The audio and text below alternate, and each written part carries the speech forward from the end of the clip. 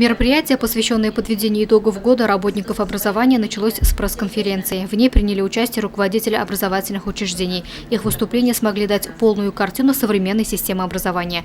Так, присутствующие узнали, что в 2015 году удалось решить вопрос нехватки мест в детских садах. Благодаря строительству новых и созданию дополнительных мест в дошкольных учреждениях охват детей в возрасте от 3 до 7 лет составил 100%. Об этом в своем выступлении рассказала заведующая детским садом Аленушка Сажида Худайбердина. Ведется работа и в направлении развития электронного образования. В этом плане ярким примером является 9-й лицей. Не все понимают, что такое электронная школа. То есть многие думают, что достаточно насытить школу материально-техническими средствами для того, чтобы она стала электронной. Это не так. У электронной школы должно быть ядро. И в лицее номер 9 таким ядром является математика.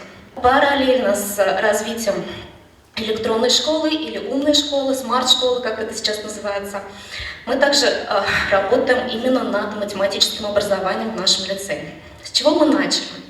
Естественно, мы начали с обучения кадров.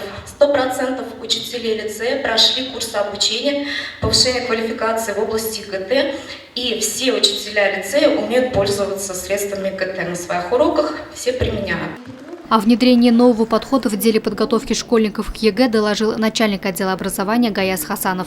О важности дополнительного образования в учебном процессе, о планах коллектива Центра детского творчества на будущий учебный год рассказала руководитель учреждения Элиза Киреева. Завершающим стало выступление председателя родительского комитета лицея Ирандык Айгуль Бухарбаевой, которая еще раз подчеркнула, что в деле воспитания детей родители должны принимать самое активное участие. Далее педагогов города поприветствовал глава администрации Халид Сулейманов.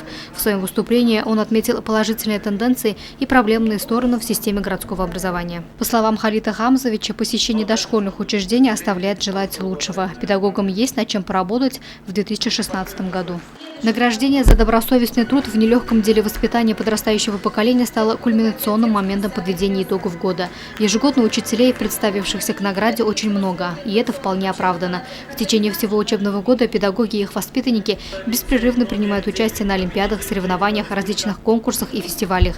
Их наградили почетными грамотами и благодарственными письмами Совета городского округа и администрации. Я работаю в лицее номер 9 с 2000 года. Преподавателем истории и культуры Башкортостана. Вот уже 15 лет я веду этот предмет. Нравится работать с детьми, вкладывать силы в их воспитание, ну и, конечно же, участвовать в различных мероприятиях.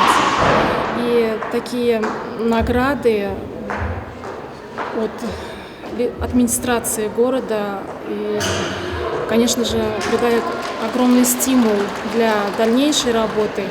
Также были подведены итоги конкурса среди творческих коллективов образовательных учреждений «Театральные встречи» и названо имя победителя городского этапа конкурса «Учитель года-2016». Им стал преподаватель ОБЖ из 12-й школы Артур Ишкуватов. Луиза Мустафина, Радмир Исюнгулов, Гульгина Раскельдина, телекомпания СТВ.